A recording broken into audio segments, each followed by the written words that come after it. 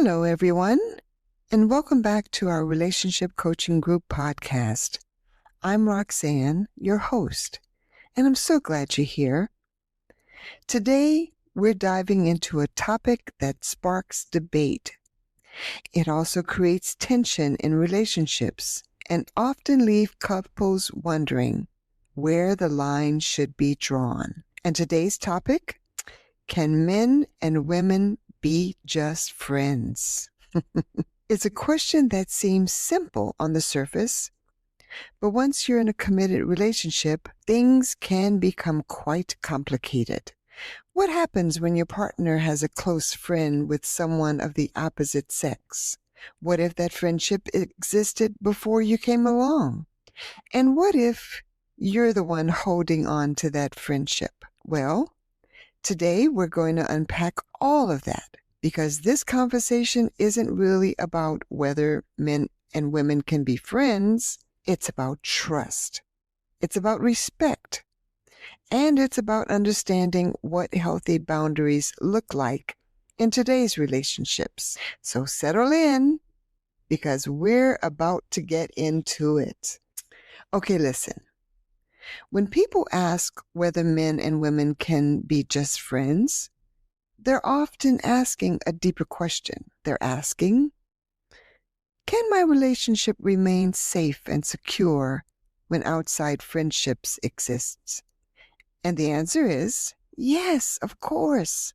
Healthy friendships absolutely can exist. Many people have meaningful, lifelong friendships with members of the opposite sex. Some grew up together. Some worked together. And some became friends through shared interests. That being said, the issue usually isn't the friendship itself. The issue is whether the friendship respects the relationship. That's where boundaries come in. Now, let's be honest. Most people don't get upset because their partner has friends. They get upset because of what certain friendships can sometimes become.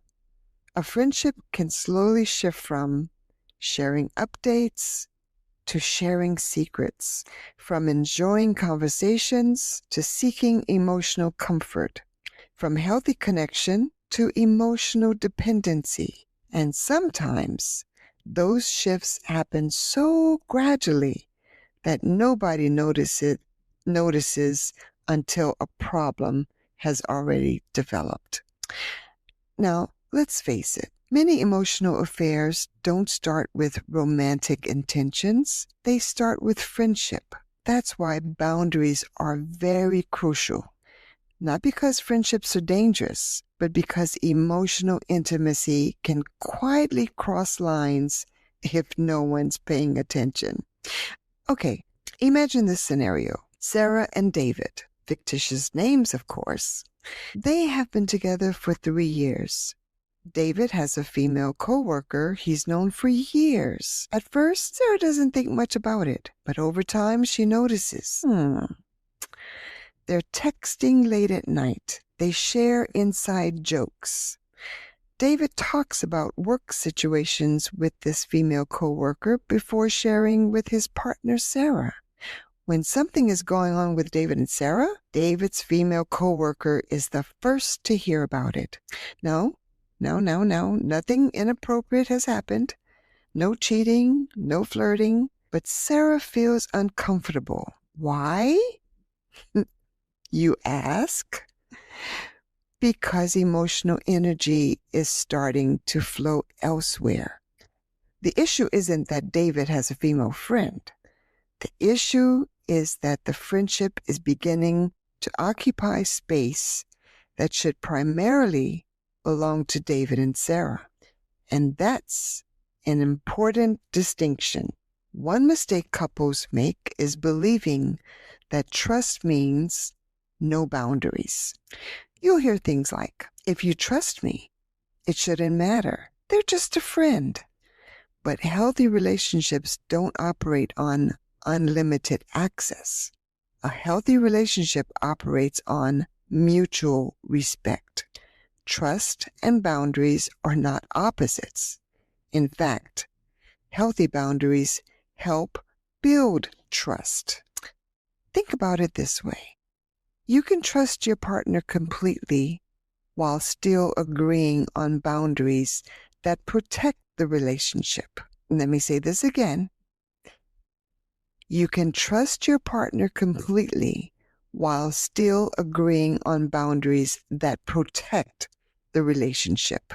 It's kind of like you can trust someone to drive safely and still wear a seatbelt. Listen, boundaries aren't accusations. They're safeguards. Okay. Now, let's talk about what healthy opposite sex friendships look like. First, you have transparency. And by this, I mean your partner isn't hiding the friendship. You know who the partner is. You know who the person is. And you know they know each other. And you know how they know each other. And the friendship is not a secret. Let's face it. You have inclusion. Inclusion is very important because the friend isn't treated like a hidden part of life. You're comfortable meeting them. Your partner doesn't seem protective or defensive about the friendship. That's what inclusion looks like. And this one is very important. The friend has respect for your relationship. They don't undermine it. They don't compete with it either. And they don't create unnecessary drama. Certainly not. This is another look at your partner if that's in a healthy opposite sex friendship. Here's another way to look at it. The communication remains respectful and reasonable. Conversations that are intense or emotionally charged does not exclude you as the partner. Let me say that again. Conversations that are intense or emotionally charged does not exclude you as a partner. In other words, if something exciting is going on or something dramatic is going on, you're included in that conversation or you're included with that knowledge. Because healthy friendships generally feel open. Now that we've looked at what a healthy opposite sex friendship looks like, how about we take a peek at some signs a friendship might just be crossing the line? Now remember, not every friendship is problematic, but some behaviors deserve attention. Are you ready? Okay, here we go. The leading of the pack is secretive communication. And this is what secretive communication would look like. Deleting messages, hiding conversations, or this one we get a lot. Changing phone screens when you walk into the room. This type of secrecy damages trust. Now, here's another one. When your partner often seeks emotional support from the friend instead of from you. In other words, you're kind of left out of that department of being your partner's emotional support. The friend instead turns into that emotional support. Now think about this. If asking questions to your partner about the friend leads to anger or hostility, that may signal something deeper, and that friendship or friend may have crossed the line. Okay, this is a big one. Get ready. If your intimate relationship issues are discussed with your partner's friend of the opposite sex, of course, that line has been crossed. I think you would agree with that.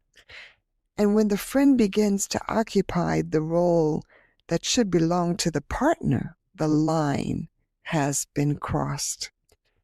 When there is obvious flirting, little goo-goo eyes and sly little giggles and smiles across the room, or plenty of touchy-feely, that may be signs that the line has been crossed.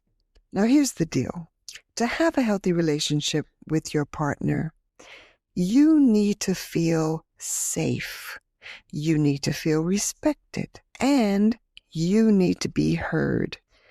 Because if you start discussing with your partner about you feeling uncomfortable, disrespected, and your words are not heard and taken to account seriously, then maybe the line has been crossed.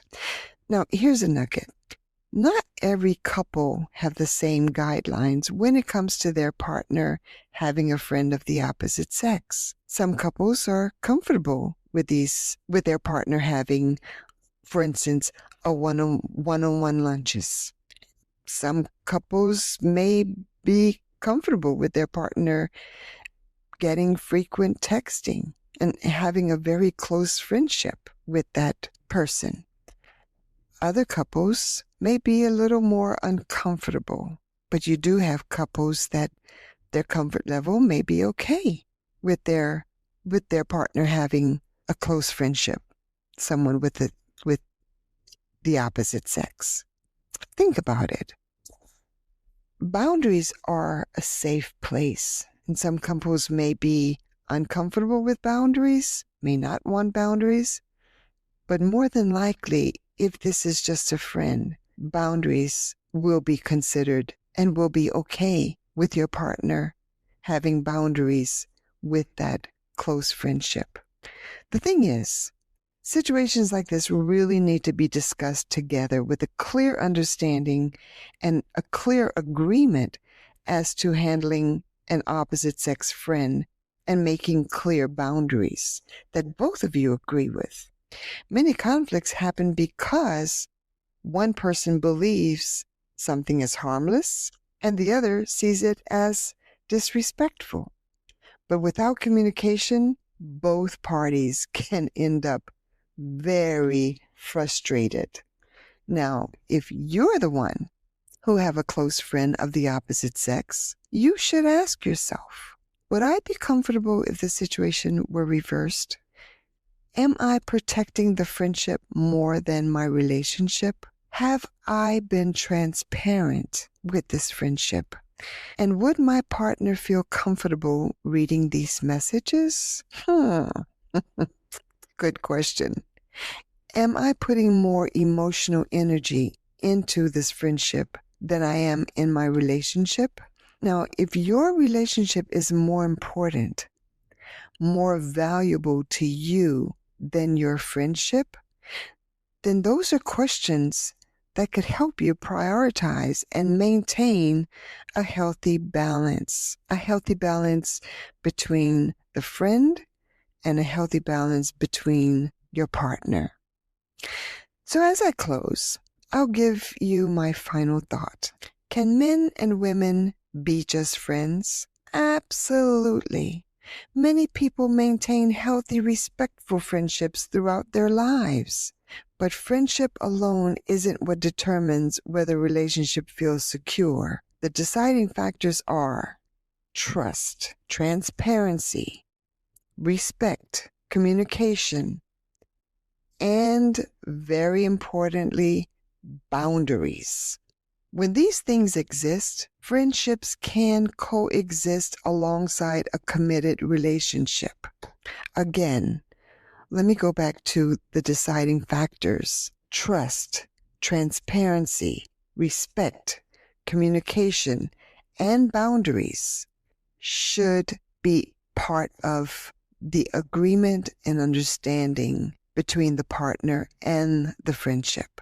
Because when these factors don't exist, even the most innocent friendship can become a source of contention. That's why I had to go over these factors twice, because it's very important that relationships have trust, transparency, respect, communication, and boundaries so that friendships and relationships can coexist. And at the end of the day, healthy boundaries aren't about limiting freedom. It's about protecting both the relationship and the friendship. And remember, the strongest relationships aren't built on controlling each other. They're built on consistently choosing each other. I want to thank each and every one of you for spending this time with me today. And that's where we'll leave today's conversation. Here's my final thought. Relationships don't succeed because problems never show up. They succeed because two people are willing to communicate, listen, and protect the connection they've built together. Whatever your views on friendships and boundaries, remember, every healthy relationship is strengthened by trust, respect, and open communication, and safe boundaries. I have to throw that in. Again, thank you for being here, and thank you for allowing me to be part of your journey. And if this episode resonated with you, please like, follow, download, and share it with someone who may benefit from this podcast.